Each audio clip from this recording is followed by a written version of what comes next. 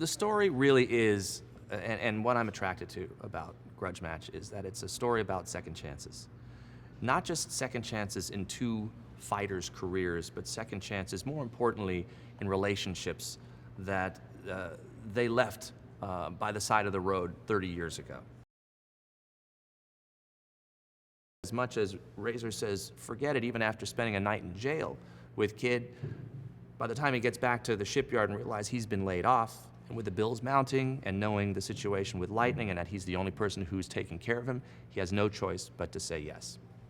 One thing leads to another, the relationships start to bloom. You know, out of the woodwork comes Sally, you know, Razor's former love, who we realize there are a few secrets involved that, you know, unravel during the course of the story.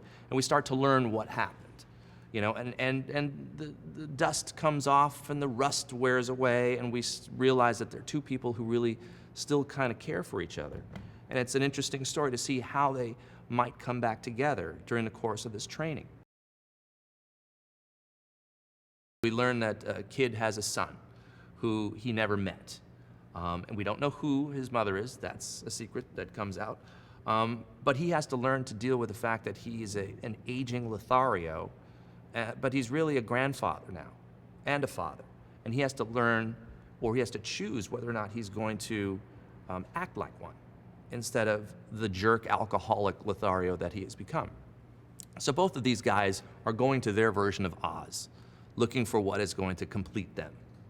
And really, it all culminates with this fight where they are stripped down to nothing but, you know, their boxing gloves, shoes, and shorts, and they have to, you know, get in the ring and resolve a fight that, you know, was stopped 30 years ago. Kevin Hart, what a perfect addition to this cast, because he really turns things upside down.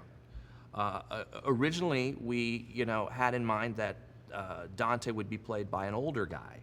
And then we realized, well, we didn't really need to have the entire cast, you know, be that old. It might be better for the story and better for the humor if we countered it, you know, with someone with a younger perspective, more in touch with technology, especially since a lot of the story emanates from a little YouTube video on an iPhone going viral.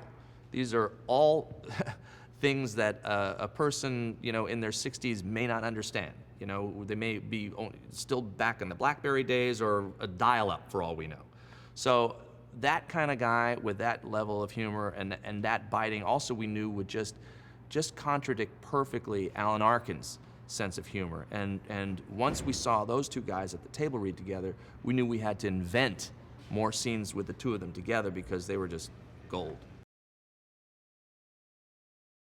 I really tried heeding the advice as much as possible of Sly, who had done more boxing movies than anybody on the face of the earth, and to try to actually improve upon the techniques and methods that he used. So rather than hold a script page in the middle of the ring with boxing gloves, or rather than me get in there and show them the page, remember it's left, right, left, not right, right, left, we decided to embrace technology, and we had a 70-inch big screen, flat screen on the side of the ring, and several big screen monitors that we could also show them how their performance was going. It's one thing if I tell them, or the stunt coordinator or the fight coordinator says that punch missed on camera 6. It's another if they can go look at a quad split and see all 7 cameras that we had and self-correct.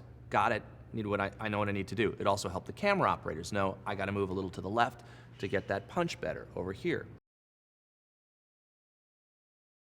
I had no idea really what to anticipate, you know, getting on the set with either of these actors. I'd heard wonderful stories, and they're both legendary, and you stare into their faces and you see 1,000 roles they've played.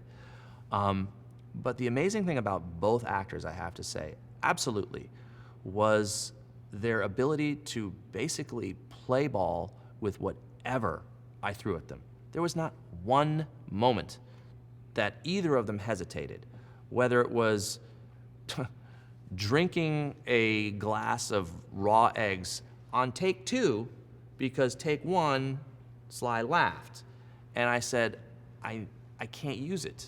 And he said, I'm gonna throw up though, but I'll do it again. Just have a bucket ready.